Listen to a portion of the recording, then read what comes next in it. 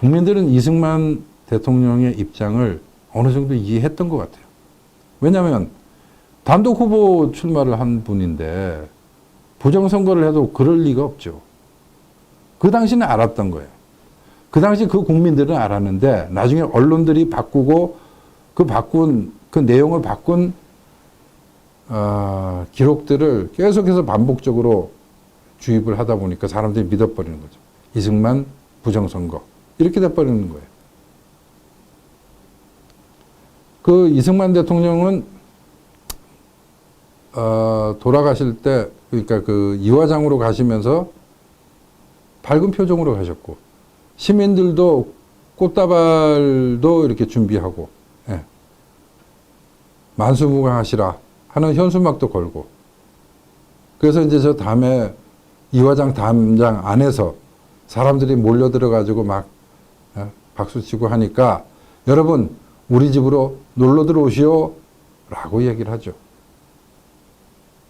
이 사진 맨 왼쪽부터 오른쪽으로 한번 보십시오. 불과 몇 달 만에 한 달도 안 됐죠. 그죠? 4월 초에 이승만 대통령 하야하라 하는 뭐 대단히 전국적인 시위가 벌어졌고 사람도 죽었고 그리고 나서 얼마 안 있어서 대통령 하야하고 그리고 이화장으로 돌아가셔가지고 저 담장 너머로 손을 내밀면서 사람들에게 놀러 오라고 손짓을 합니다. 굉장히 격한 드라마틱한 일들이 벌어진 거예요. 짧은 시간 내에. 그죠? 참 그때 안타까운 건 저때 4.19 혁명이 브레이크를 잡았어야 되지 않나 하는 게 제 생각입니다. 4.19는 자유민주주의 체제를 지킨 명예혁명이었다. 호원혁명이었다. 우리는 자유민주주의를 이런 식으로 지키고 발전시켜 나간다라고 선언을 했어야 되는데 그러지 않고 저 반대 세력이 점점 가속이 붙으면서 이제 반체제 세력하고 결탁을 하는 거죠. 그래가지고 민주당이 결국은 군부를 불러내게 되는 겁니다. 자, 이 무렵에 이제 문제가 생깁니다. 프란체스카 여사 입장에서 이승만 대통령은 저 짧은 순간에 1960년 해가 바뀌면서부터 3월 15일 선거 때, 선거 이후로 엄청난 일들을 겪으신 거예요. 예. 양자 이강석 군과 그 가족들, 또 이기붕 부통령, 늘 자기 옆에서 자기를 보필하던, 비서처럼 보필하던 이기붕 씨가 그 일가족이 다 죽었죠. 예. 전국적으로 시위가 벌어졌었고, 대통령직을 스스로 내려놨잖아요. 평생 대한민국을 세우기 위해서 독립투쟁을 하고, 그리고 이 나라를 세웠고, 그리고 전쟁을 막았고, 그랬는데 이제 국민들의 요구에 의해서 하야성명 발표하고 돌아오시잖아요. 스트레스 엄청나죠? 그래서 프란체스카 여사의 회고록의 제목이 대통령의 건강이에요. 이분은 늘 당신이 사랑하던 이승만 대통령의 건강에 초점을 맞추신 거예요. 이 회고록에 보면 이런 구절이 나오기 시작합니다. 일요일에는, 이제 하야홈 후에요. 일요일에는 정동교회에 가서 교우들과 함께 예배를 보았다. 이화장에서 대통령의 일상생활은 별 불편이 없었지만 대통령의 건강과 휴양을 위해 하와이로 가서 몇 주일 쉬고 오시는 것이 더 좋지 않겠냐는 측근의 제의를 받게 되었다. 여기서부터 이제 발단이 시작돼요. 아, 대통령이 너무 이제 힘드시니까 정말 좀 쉬고 오셔야 되는데 이승만 대통령은 하와이에서 근 25년간 머물렀죠. 그러니 그곳에 가서 좀 쉬고 오시면 훨씬 원기도 회복되고 정신도 좀 더 맑아지실 거고 뭐 그러지 않을까. 누구나 이제 할 수 있는 생각입니다. 자, 1960년 5월 24일 하와이 한인동지회 회장 최백렬 씨로부터 초청 전보를 받습니다. 이 초청 전보를 좀 보내주세요 하고 이제 전화 연락이 간 거예요. 프란체스카 여사로부터. 그래서 이제 그 하와이에 있는 최백렬 씨로부터 초청 전보를 받았는데 대통령께서 꼭 필요한 휴양을 하실 수 있도록 체류비와 여비 일체를 부담해 드릴 테니 하와이를 다녀가시도록 하라는 내용이었다. 그리하여 우리는 2주일 내지 한 달 정도 하와이를 다녀올 수 있는 짐을 챙겼다. 이게 본질입니다. 그러니까 이승만 대통령과 프란체스카 여사는 망명을 가거나 하질 않고요. 휴양을 위해서, 요양을 위해서 2주에서 한 달 정도 있을 계획으로 떠나시는 거죠. 그런데 이게 어떻게 해서 망명으로 됐을까요? 자, 또 하나의 글이 있습니다. 허정수반입니다. 이 외무장관을 지내다가 이승만 대통령이 실각하고 난 뒤에 민주당 정권이 등장하기 전 그 공백기에 그 고난대행처럼 대통령 고난대행, 지금은 그 당시에는 이제 수반인데 그 역할을 하셨던 허정 씨가 회고록을 남겼는데요. 거기에 이제 이런 말이 납니다. 나와 단둘이 남게 되자 메카나기 대사는 불쑥 말했다. 마담 리가 우리 집사람에게 몇 번 전화를 걸기도 하고 찾아오기도 했습니다만 요즘 이 박사의 건강이 좋지 않아 하와이로 휴양을 갔으면 좋겠다고 마담 리가 말하더랍니다. 이 일을 어떻게 생각하십니까? 이제 메카나기 주한미 대사가 이제 이야기를 하는 거예요. 여기서 이제 허정 씨는 괜찮겠군요 하고는 나는 곧 이수영 외무부 차관을 불러서 이 박사의 뜻을 확인하고 오라고 지시했다. 이 차관은 프란체스카 여사를 만나 메카나기 대사의 말이 사실임을 확인하고 돌아왔다. 나는 그 자리에서 이 차관에게 비밀리에 직접 여권을 내주도록 지시했다. 이 박사가 무사히 하와이에 도착할 때까지 극소수의 사람만이 이 박사의 출국을 알게 할 생각이었다. 이 책에는요, 왜 비밀리에 하려고 했는지에 대한 설명이 없어요. 근데 설명이 없을 만한 것이 그 당시에 저런 불명예스러운 퇴진을 하시고 연세도 많으신데 국민들의 여론이 이 이화장 근처에 있는 사람들은 주민들은 막 박수를 치고 하지만 저 멀리 있는 생명부지라고 생각하는 사람들 또는 정치적 입장이 다른 사람들은 굉장히 적대적으로 대할 수도 있고 더군다나 국민소득 80불도 안 되던 시대에 하와이 휴양지라는 거는 전 세계인이 아는데 대통령이 거기 가신다? 옛날에 독립운동 하셨고 뭐 이건 이제 설명이 안 되는 거고, 그죠? 그 흥분한 대중들한테는 설득이 안 되는 거고 괜히 발표했다가 긁어 부스럼 만들 수 있다는 생각에서 은밀히 여권을 발급하려고 노력했던 것 같습니다. 그런 과정에서 이제 제 오중정 씨가 있어요. 그 하와이에서 이승만 대통령이 독립운동 하실 때 그때부터 같이 이승만 대통령을 모시고 일하셨던 분 중에 한 분인데 이승만 박사가 권력을 잡아서 대한민국을 세우고 나서 하와이 총영사로 이분이 이제 지내셨죠. 자, 그랬는데 이분이 그 당시에 이승만 대통령의 여기서 이제 떠나셨고 하와이 도착할 때 그 모든 과정을 이분이 알고 계시는 거예요. 그래갖고 제가 1994년 2월 달에 지금은 이제 돌아가셨는데 그 과거에 하와이 총영사를 지내셨던 오중정 씨께 국자 전화로 인터뷰를 한 적이 있습니다. 이제 이 오중정 총영사와 인터뷰를 하면서 제가 이제 여쭤본 거죠. 어떤 걸 했냐면 초청장 어떻게 됐습니까? 했더니 이렇게 말씀하세요. 뭐 우리가 보냈던 초청장 이런 건 다 흐지부지 됐고 그냥 휴가처럼 들르는 걸로 오게 됐어요. 그래서 제가 여쭤봤어요. 그러면 이승만 박사가 하와이에 도착했을 때 그분이 살아생전에 귀국하지 못할 것을 알고 있던 사람은 있었습니까? 없죠. 아무도 몰랐죠. 우리도 그 후에 무척 노력했지만 허사였어요. 하와이로 오신 이승만 대통령을 다시 한국으로 돌아가시게 하려고 아무리 노력해도 안 되는 겁니다. 불가능한 거였어요. 그래서 제가 여쭤봅니다. 그럼 이승만 박사가 하와이에 계실 때 전직 대통령에 관한 예우 차원에서 돈이 지급되었습니까? 그런 거 없었죠. 그저 여기서 교포들이 조금씩 모은 돈으로 근근히 살아가셨습니다.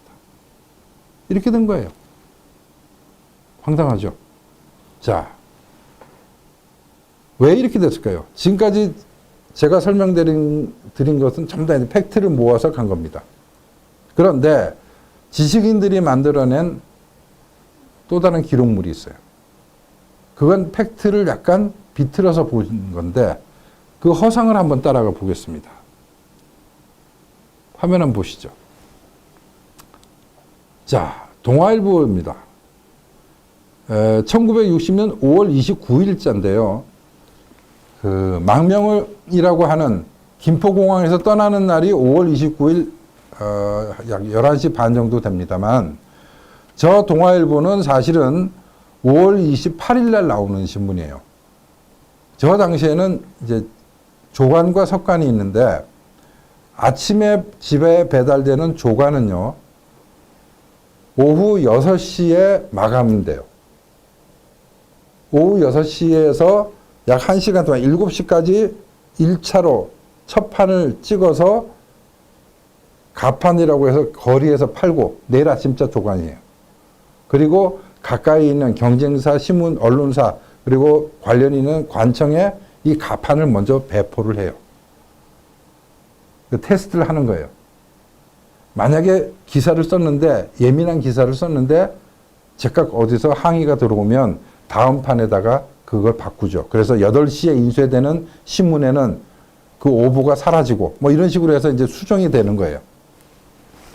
저 동아일보 5월 29일자 신문은 5월 28일 오후 7시가 되면 경향신문사, 조선일보사 또는 뭐 또 다른 신문사에 배포가 되고 관에도 배포가 돼요. 근데 저 신문이요. 어떤 내용을 실었냐, 동아일보가 어떤 내용을 실었냐면 사진 한번 보시죠. 이 박사 부처 해외 망명 설이라는 게 요즘은 저렇게 기사를 쓰면은 아마 데스크에서부터 굉장히 그 기자에게 야단을 치면서 못 쓰게 할 겁니다만 저 설이라는 거는 소문이거든요. 소문인데 동아일보 일면 톱으로 뽑았어요. 소문을. 근거가 없는데도 망명설 해갖고 이런 소문이 있다 하면서 소문을 일면 톱으로 냈어요. 그 톱으로 낸 주제어가 망명이에요. 그 내용을 보면 참 가관인데 메카나비 대사가 알선했냐? 했더니 측근자는 부인하더라. 또 이승만 대통령은 조국에서 여생을 보낼 결심이라고 하더라. 그럼 이승만 대통령과 부인이 망명하려고 하더냐? 물어보면 그런 말은 들은 바 없다. 정부 고위층 언명. 이걸 다 건져내면요. 저 안에 기사에 들어있는 실제 내용은 망명설, 소문이다. 그런 거 아니다. 라고 하는 내용이에요. 그런데 일면에 톱으로 크게 나오면 어떤 느낌을 갖습니까? 야, 조만간에 망명하지 않을까? 이런 분위기를 만들죠. 저게 5월 28일 저녁에 나온 거예요. 분위기가 만들어지는 거예요. 자, 여기서 이제 재밌는 사건이 이제 벌어집니다. 프란체스카 여사의 회고록 대통령의 건강에 보면요. 5월 29일, 그러니까 그 전날 동아일보는 이미 망명설 해갖고 신문이 나갔죠. 5월 29일 오전 7시에 우리는 이화장을 출발했다. 떠나기에 앞서 대통령은 마당에 모여있던 사람들에게, 그러니까 경호관이나 관리인들이에요. 늦어도 한 달 후에는 돌아올 테니까 집을 잘 좀 봐줘 하고 부탁했다. 자, 이제 김포공항에는 허정수반과 이수영 외무차관이 나와 있었다. 비행기 조종사와 승무원들이 아침 식사를 하러 내려가는 동안 기자들이 비행기 안으로 와서 회견을 요청했으나 우리는 응하지 않았다. 이렇게 돼 있어요. 우리는 응하지 않았다. 저게 무슨 뜻이냐면 일절 아무 대답도 하지 않았다가 아니고요. 간단한 질문엔 간단하게 대답하고 말았다. 그 뜻이에요. 자, 프란체스카는 이렇게 이제 제대로 이런 식으로 기록을 해놨는데, 자, 그 다음 볼까요? 허정 씨 회고록에는 이렇게 나옵니다.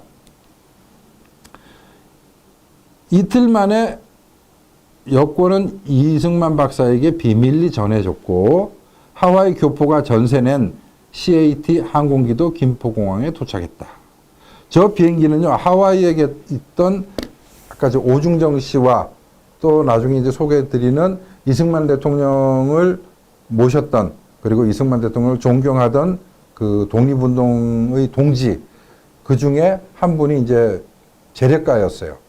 그분이 약 3만, 저 당시 돈으로 3만 불을 내가지고 전세기 하나를 동원해서 이승만 대통령을 모시러 이제 간 거죠. 예? 내가 신임하던 국군의 모 장군을 신교동에 내 집으로 불러. 이 내라는 게 이게 허정수반입니다. 이분이 이제 한국 헌병에 경호를 지시했는데 이 장성이 그렇게 하면 말이 새나갈 염려가 있다며 완곡하게 거절했다 하는 기록이 나와요. 이제 군인이 하나 등장하죠. 자, 그리고 나서 그날 공항에서 비행기의 정비가 끝나고 출발을 알리자 이 박사는 나를 바라보며 말했다. 이제 비행기 출발하기 직전이에요.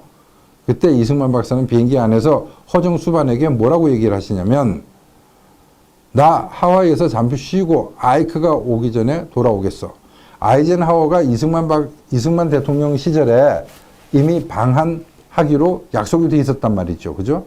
그런데 이승만 대통령이 그 사이에 하야를 하게 되니까 미안하잖아요. 그러니까 아이젠하워가 약속대로 한국에 방한하더라도 과거 약속대의 이승만 대통령이 아니고, 그러니 이제 자연인 이승만으로서라도 아이젠하워 대통령을 맞이하려고 아이젠하워가 한국에 오기 전에는 하와이에 갔다가 나도 빨리 올게요. 이런 얘기였죠. 이렇게 된 겁니다. 자, 그러니까 이제 허정수반은 염려 마시고 푹 쉬고 오십시오 라고 얘기를 한 거예요. 자, 여기서 어떤 망명의 조짐도 없는 거죠. 그죠? 이 말 이외에 허정수반은 이런 기록을 남기는 거예요. 이 말 이외에 더 이상 말이 나오지 않았다. 그러나 이것이 이 박사와 내가 직접 나눈 마지막 말이 될 줄이야. 저기서 영영 이제 서로 이별하고 다시 못 만나게 된 거죠. 자, 실제는 어떤 일이 벌어졌는지 허상을 한번 볼까요? 이때 웃기는 일이 벌어지는 게 이겁니다. 윤양중 기자입니다. 경향신문 윤양중 기자의 경우를 추적해 보겠습니다. 이 윤양중 기자 이분은 저와는 상당한 이제 연배 차이가 나죠. 나중에 훗날 이제 일민문화재단 이사장을 역임하시고 2018년 올해입니다. 올 1월 달에 이제 돌아가셨는데, 저분은 6.25를 거치면서 해병대 대위로 예편하시고 경향신문 사회부 기자로 들어가 계셨어요. 수습 기자로. 굉장히 좀 선하신 분인데,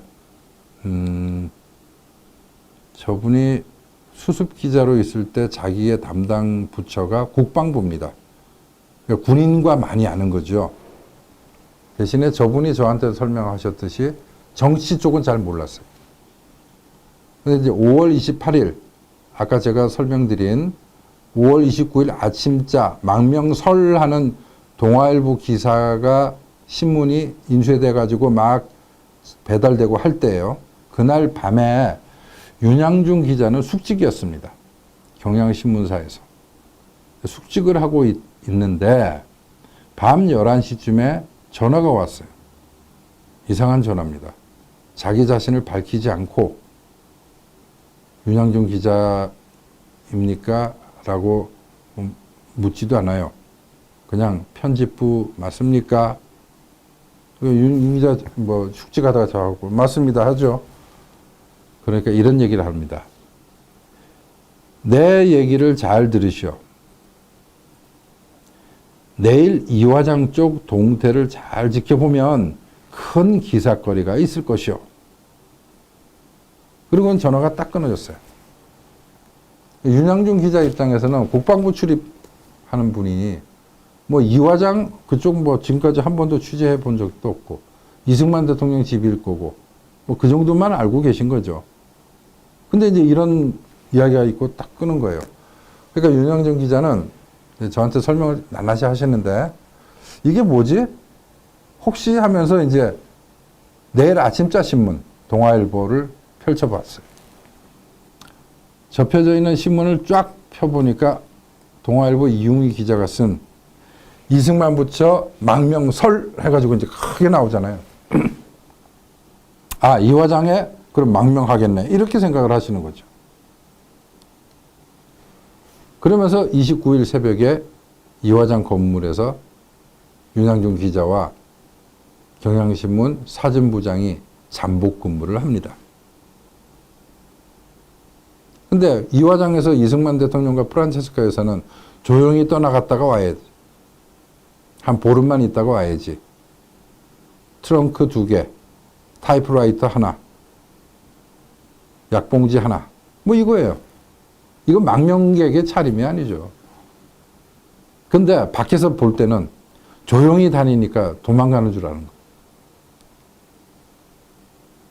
거예요. 5월 29일 오전 7시부터 아까 이제 프란체스카 여사 그랬죠. 오전 7시에 마당에 나와가지고 도열에 있는 그 사람들에게 곧 돌아올 때는 집 좀 잘 봐줘 하고 조용히 나와서 차를 타는데 이 차를 타고 떠날 때 윤양중 기자는 사진 기자와 함께 저 뒤에 세워놨던 지프에 올라가지고 이승만 대통령 부부를 따라가는 거죠.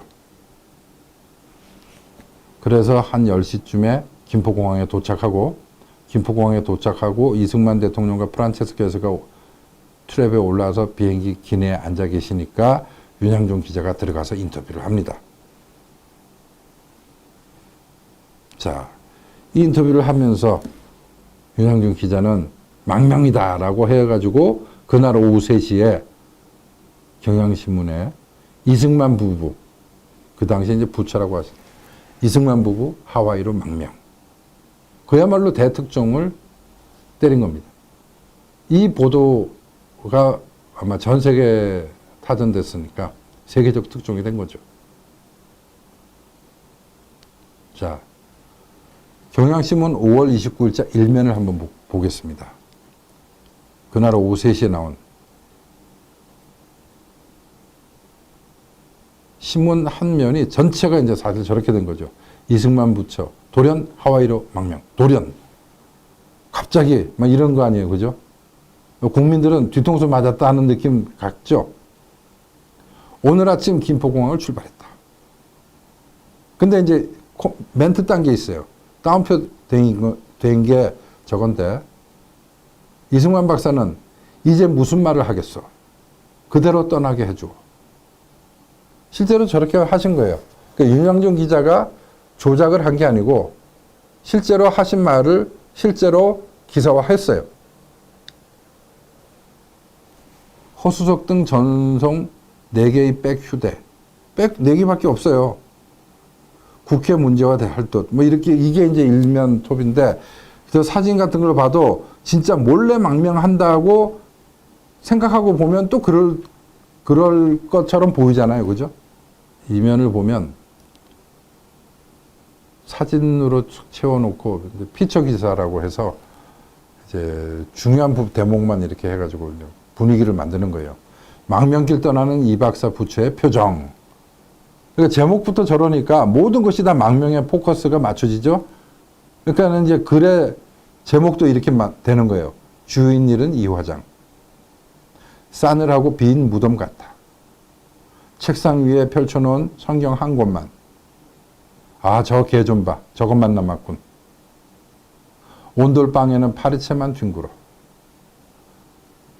뭐 이거 망명이라고 해놓고는 이렇게 쓰니까 다 망명처럼 보이잖아요. 글도 그렇게 해서 다 붙어버렸어요. 3면 볼까요? 이 박사 부처 쥐도 새도 모르게 출국. 56년 만에 또다시 하와이로 가다. 검은 안경에 옷까지 검어. 제2공화국 맞는 단오날 아침의 일. 쏜살같이 단숨에 김포공항으로 도망갔다는 얘기예요. 이렇게 돼버렸어요. 어디가 잘못된 걸까요?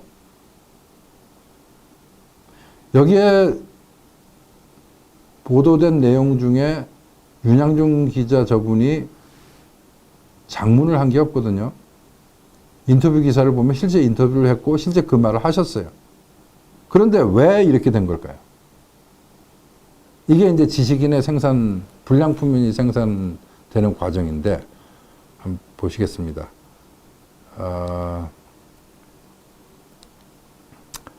검증에 제가 한번 들어보겠습니다.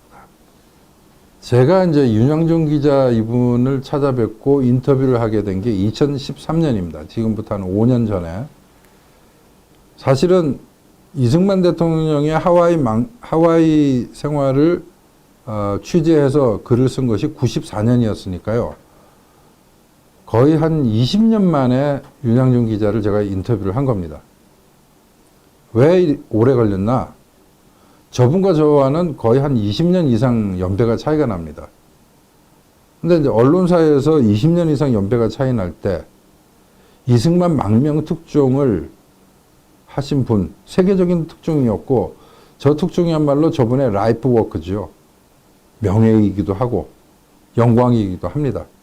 근데 거기다 대고 제가 의심이 나니까 질문 좀 할게요라고 가는 게 굉장히 부담스럽고 불경스럽게 보일 수도 있는 거죠. 해서 그 20년 동안 틈만 나면 저와 가까운 그 언론사 선배분들에게 한번 가서 여쭤보라고 이제 조목조목 제가 설명을 드려요. 그 당시 이승만 대통령과 프란체스코 여사는 가실 때 이랬고, 뭐, 망명이었으면 지금 이화장이 텅 비어야 되는데, 모든 자료가 다 이화장에 고스란히 남아있고, 또 하와이에 있었던 모든 목격자들이 망명 오신 게 아니라고들 하는데, 어떻게 된 건지 한 번만 여쭤봐 주세요. 해도 아무도 안 하셨어요. 그러면서 세월이 한 20년 지났습니다.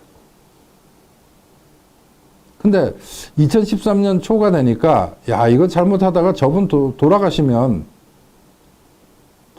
이거 그냥 역사로 굳는 거 아닌가? 확인은 해봐야 되는 거 아닌가? 뭐 그런 조바심이 저를 이제 일깨워가지고 어느 날 감히 사실 거의 처음 뵙는 거죠. 저분께 전화드리고 찾아뵀습니다. 근데 참으로 다행히도 윤양중 선배 저분은 정말 인격적으로 좀 훌륭하신 분이어가지고 이 새파란 기자, 젊은 기자가 와가지고 근 1시간 동안 계속해서 캐묻고 하는데도 화를 안 내시고 계속 이제 설명을 해주시고 또 해주시고 그렇게 저를 좀 대해 주셨어요. 근데 그 인터뷰 중에 제가 이제 중요한 부분을 찾아낼 수 있었습니다. 이분은 이제 이렇게 저한테 말씀하세요. 그 당시에 망명은 기정사실화 됐을 때다. 쥐도 새도 모르게 도망가닐 거니까. 사실은 이게 제가 한 1시간 이상 인터뷰한 내용 중에 구절구절을 대표적인 구절만 지금 따고 있는데 저분은 왜 이승만 대통령의 망명이 기정사실화 됐을 거라고 저를 설득을 하셨냐면요. 동아일보 5월 29일자 망명설 기사를 말씀하시는 거예요. 저분 입장에서는 그게 여론이라고 생각하셨죠. 그 당시 엘리트라고 해봐야 대한민국에 몇 퍼센트나 됐겠어요. 그죠? 그럼에도 불구하고 서울 안에서 여론을 만들어가는, 여론을 주도해가는 분 입장에서는 망명은 기정사실화 됐을 때다라고 단언하는 겁니다. 그러면서 이 박사가 왜 망명했냐는 질문은 받아본 적이 없대요. 제가 이제 여쭤봤거든요. 윤양중 선배님, 저분이 왜 망명했다고 보시는지 이런 거 혹시 질문 받아보신 적이 있습니까? 그런 적 없다. 이런 거예요. 당시 민주당에서도 망명으로 보고 있었다. 당연히 정치적으로 이승만과 이렇게 앙숙인 사람들은 저 망명 안 가나? 망명 갈 거야. 뭐 이런 식으로 얘기는 했겠죠. 그러나 국민 대다수는 또 이승만 본인도 망명 갈 이유가 없었겠죠. 차이는 이제 여기에서 나는 겁니다.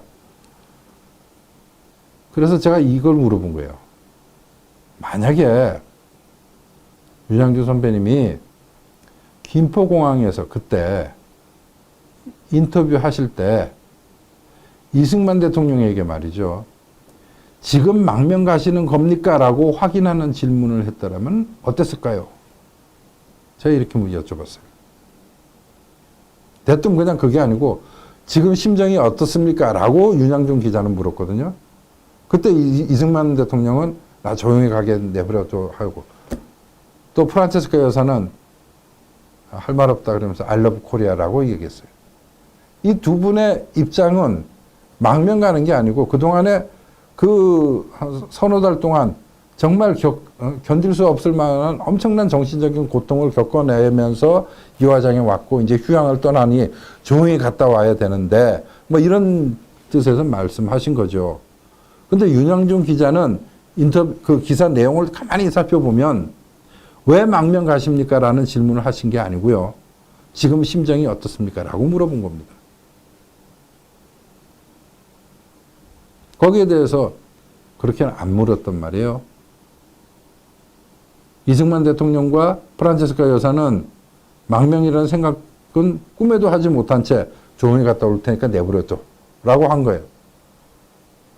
그래서 제가 이제 여쭤본 거죠. 윤양중 선배한테 만약 그때 지금 망명 가시는 겁니까? 라고 물어봤으면 어떻게 됐을까요? 했더니 윤양중 기자는 이렇게 말씀하세요. 가혹하지만 그렇게 질문을 지금 망명 가는 심정이 어떻습니까? 이렇게 얘기죠. 예. 차마 그렇게는 못 묻겠더라고요. 여기서 오해가 생긴 겁니다. 대단히 큰 오해가 생긴 겁니다. 차마 그렇게는 못 묻겠더라고요.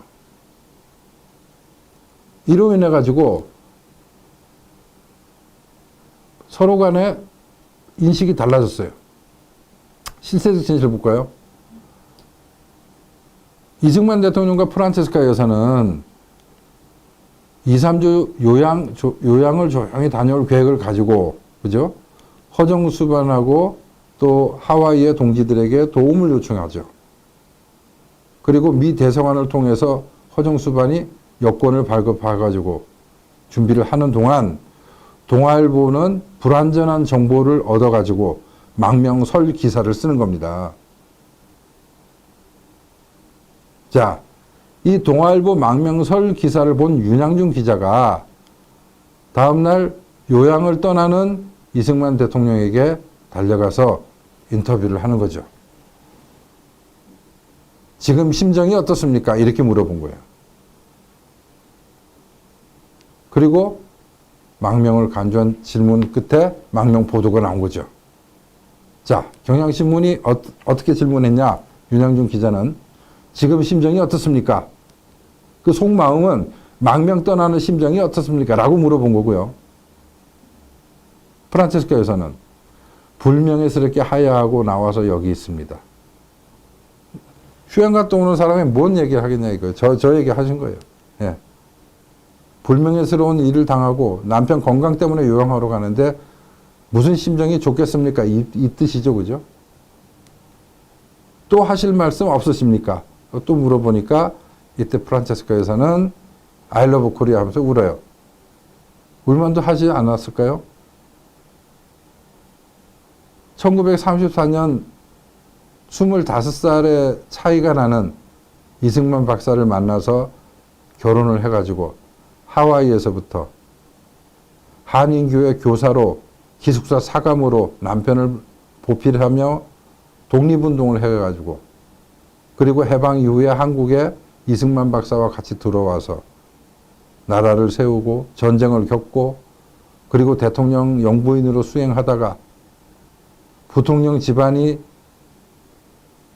부정선거로 인해 가지고 모든 것이 다 날아가고 불과 석 달 만에 그죠? 하와이로 돌아가겠어요. 눈물 나지 않을까요? 그래서 눈물을 흘린 거예요. 그래서 I love Korea라고 한 거죠. 자, 이 프란체스카 여사의 눈물에 윤양중 기자는 속으로 아마 망명을 떠나면서도 한국을 사랑하시는구나 하고 감탄하지 않았을까 싶어요.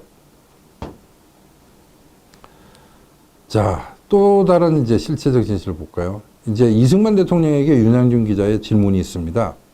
하실 말씀 없으십니까? 이승만 대통령. 아, 이제 무슨 말을 하겠어. 그대로 떠나게 해주어. 자, 이 뜻은 나 한 보름 2, 3주 요양 갔다 오려고 하네. 하야까지 한 마당에 무슨 말을 더 하겠나. 이 뜻이었을 거예요.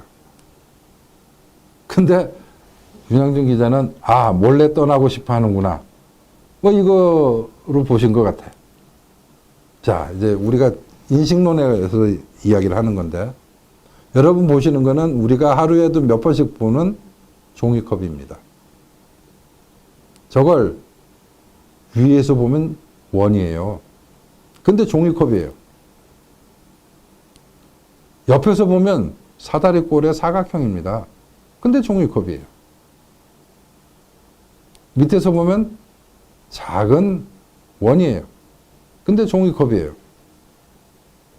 서로 보는 각도에 따라 다르죠. 그럼에도 불구하고 본질은 하나인데 종이컵을 누구는 원으로 그리고 누구는 사각형으로 누구는 작은 원으로 그리기도 하죠. 또 다른 그림 하나 볼까요? 이 화면에 나온 그림을 잘 봐 주십시오. 두 사람이 쫓기는 가운데 TV 카메라가 있고 자, 가해자와 피해자가 보이죠. 왼쪽에 도망가는 사람이 있고 오른쪽에는 칼을 들고 쫓아가는 사람이 있습니다. 가해자와 피해자인데 TV 카메라맨이 잡아낸 TV 카메라맨의 모니터 속에서는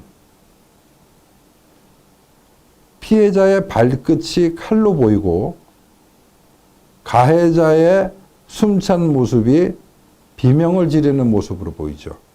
그러면서 가해자가 피해자로 바뀌어 있죠. 이게 매스미디어의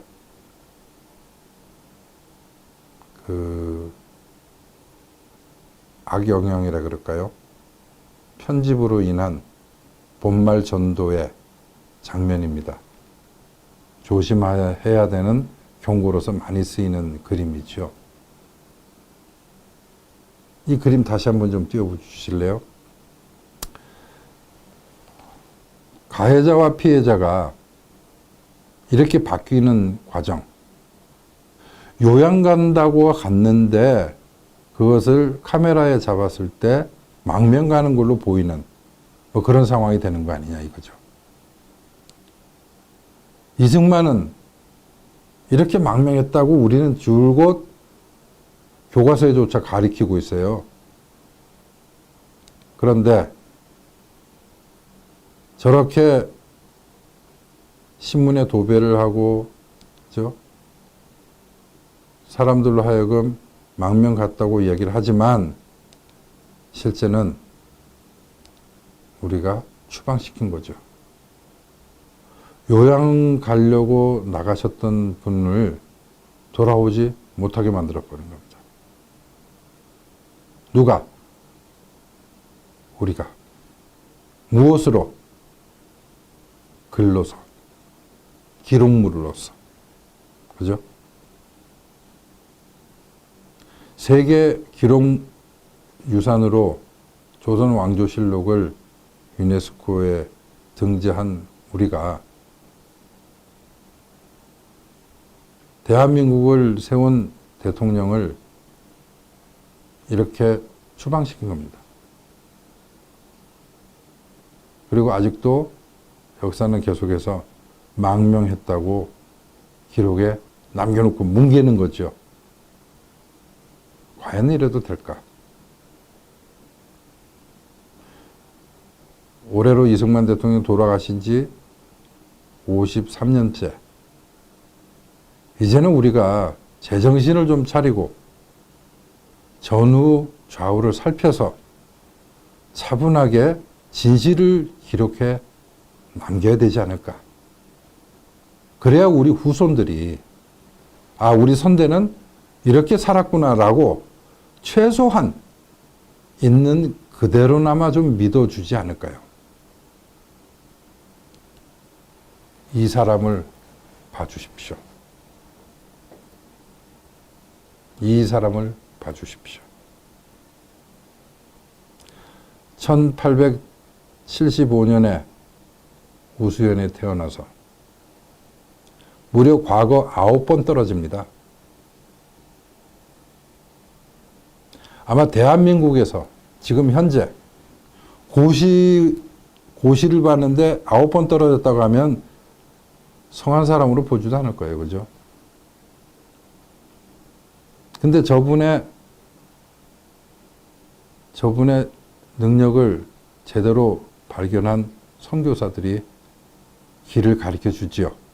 공부하는 방법을 가르쳐 주지요. 그래서 배지학당을 졸업하고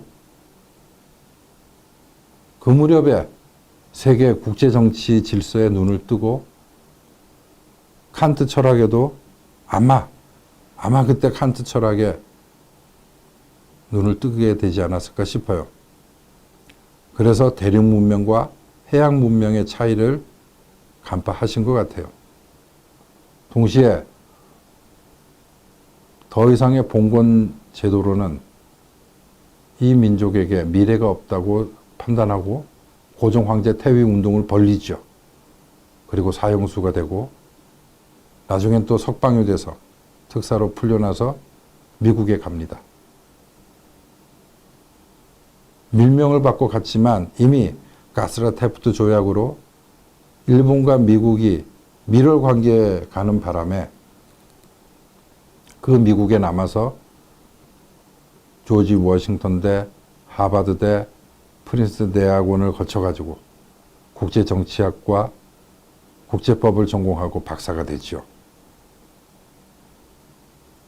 1910년 당시에 프린스턴 대학을 나온 박사, 동양인 최초입니다. 일본인도 없었고 중국인도 없었고 태국인도 없었고 말레이시아인도 없었습니다. 이승만 저분이 최초입니다. 요즘같이 우리가 계산이 밝은 시대에 비교를 하면 아무리 나라가 일제에 넘어갔다 손치더라도 미국에 와서 프린스턴 대학교 대학원 박사학위 그러면 미국에서 그걸로 교수직을 하나 어디서 구해놓고 거기서 좀 편히, 그죠? 그러면서도 독립운동 했네 하는 역할들 할 수 있었을 거예요. 어디 신문에 기고하고 또 뭐 누구 한인들 오면은 숙소를 제공하는 뭐 그 정도의 서비스를 제공하고 하면서도 독립운동 하고 싶은 자신의 욕구를 뭐 그 정도로나마 채울 수도 있지 않았을까 싶어요. 그죠? 근데 이승만 저분은 그렇지 않았죠. 국제법 박사 학위를 받고 난 뒤에는 한국으로 들어오죠. 일지하에 YMCA 기독청년회 간사로 또 교사로서 지방을 돌면서 학생들을 조직하죠. 그 YMCA와 이승만 관계에서 이승만은 무엇을 보았냐면 기독청년회가 단순한 기독청년회가 아니고 미국인과 연결되는 기독청년회예요. 한국인들로 하여금 미국인과의 접촉 기회를 늘려가는 기지로 삼았습니다. 그런데 105인 사건이 벌어지고 터지고 거기에 이승만의 명단이 들어가 있거든요. 수배가 될 것 같습니다. 이러자 다시 선교사들이 이승만을 뒤로 빼돌려갖고 일본의 관한의 눈을 속이고 미국으로 배를 태워 보내죠. 1913년에 이승만은 그렇게 하와이에 다시 내립니다. 그 하와이에서 25년간 이승만은 단 한 번도 조국의 독립을 포기하지 않았고 단 한 번도 자기 국적을 버리지도 않고 그러면서 독립운동을 계속했습니다. 이 사진에 보시면 맨 왼쪽에 중국인 복장으로 서 있는 이승만의 모습이 나오는데 이 모습이 상해 임시정부의 대통령이 돼가지고 가야 되는데 출발할 때 이 모습입니다. 상해 임시정부로 가려면 여객선이나 비행기를 타야 되는데 일본인에게 수배를 당해가지고 갈 수도 없고 여권도 없고 그래서 어떻게 하느냐면 하와이에서 당시에 중국인 노무자들의 시신을 모아가지고 단체로 모아서 배에 실어가지고 보내는 그 장내 운송하는 그 선박이 있어요. 그 중국인 시체가 담긴 관 안에 시체와 같이 숨어들어서 태평양을 건너옵니다. 무엇을 위해서? 이 나라, 대한민국을 세우기 위해서. 그때 이승만을 처음 알게 된 사람이 있었습니다. 미국인인데 그 장의업을 하던 보스윅이라는 분이 있죠. 이승만보다 나이가 5살 많습니다. 처음엔 난데없이 웬 동양인이 오더니 부탁이 있어. 뭐요? 저 상해로 가는 저 관 속에 나를 좀 숨겨주시오. 밀항하는 줄 알았죠. 근데 보니까 밀항이 아니에요. 자기 자신의 이익을 위해서 열심히 살아갈 사람은 누구나 다 할 수 있어요. 아메바도 지렁이도 자기 자신을 위해서 꿈틀합니다. 그런데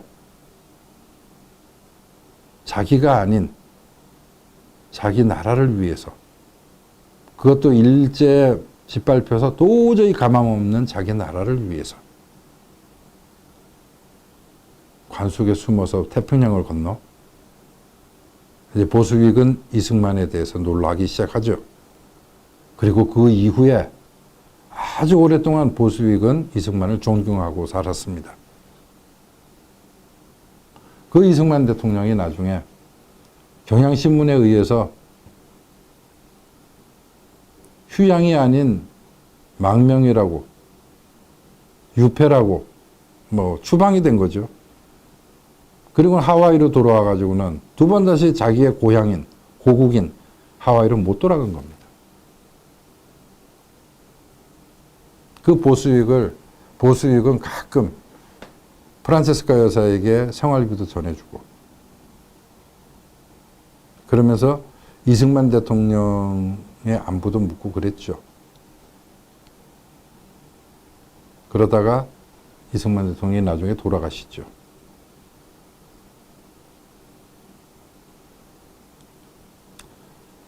이 이승만 대통령이 돌아가신 날, 그 이승만 대통령의 친지들이 사실은 보수익을 제대로 연락하지 못해가지고 한인교회 장례식을 한인교회에서 장례식을 거행하고 있었어요.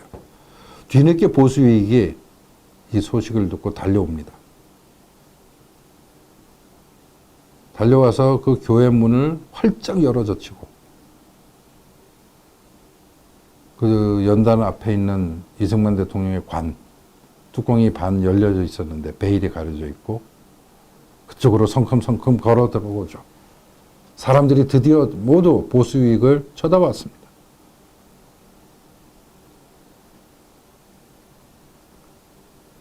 뚱한 표정으로 다가온 보수익이 이승만의 얼굴을 가린 베일을 걷어내고 통곡을 합니다. 이승만의 이마를 짚으면서 이런 얘기를 합니다. 내가 자네를 안다네. 내가 자네를 알아.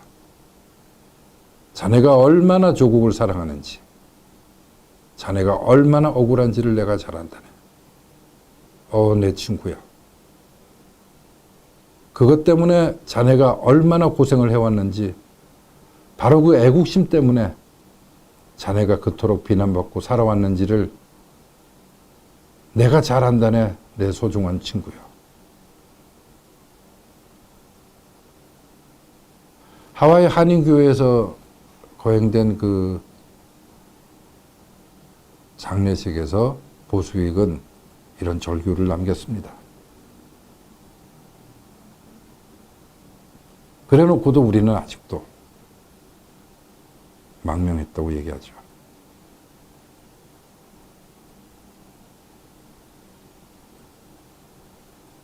우리가 물질이 500배 이상 생산할 수 있는 능력이 길러졌지만 정직한 기록 하나조차 제대로 못하지 않는가 하는 생각이 드는 겁니다. 사실을 사실대로 적지 못하는 우리는 정말 이승만 대통령의 유언을 제대로 받아들일 수나 있을까 싶어요. 병상에 누우셨을 때 이승만 대통령은 어떤 기도를 남기셨나? 제가 취재를 해봤더니 이런 내용이 있어요. 하와이에서 하나님, 저는 너무나 늙고 지쳤습니다. 사랑하는 우리 민족을 위해서 더 이상 아무것도 할 수 없습니다. 우리 민족을 하나님께 맡깁니다. 다시는 종의 멍에를 매지 말게 하소서.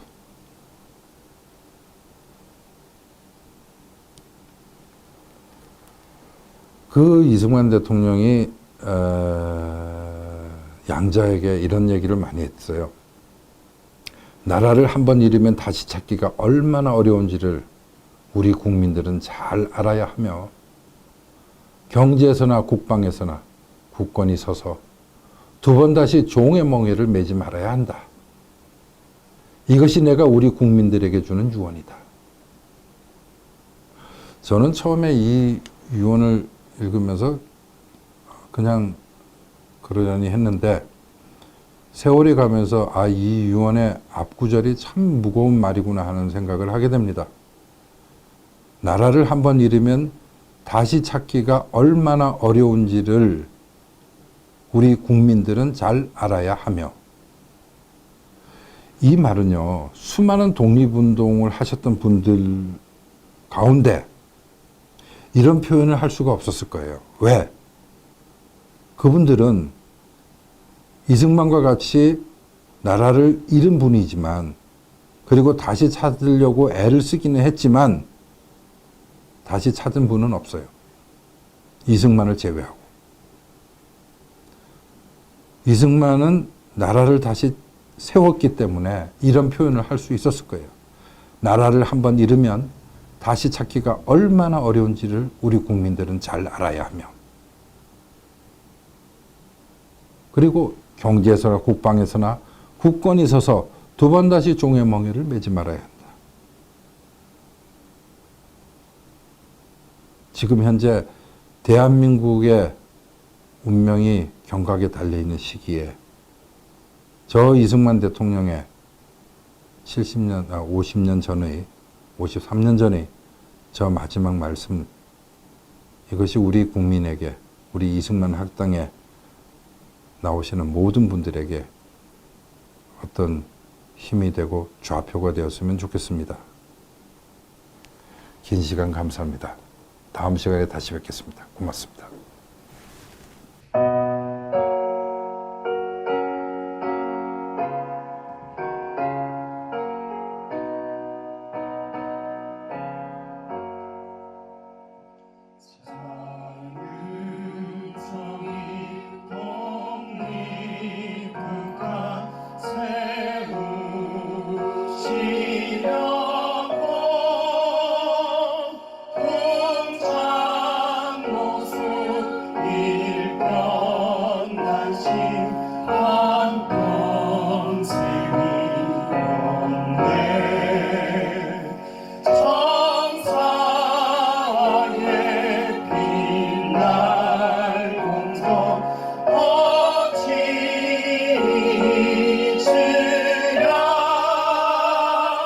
선진 사회 이루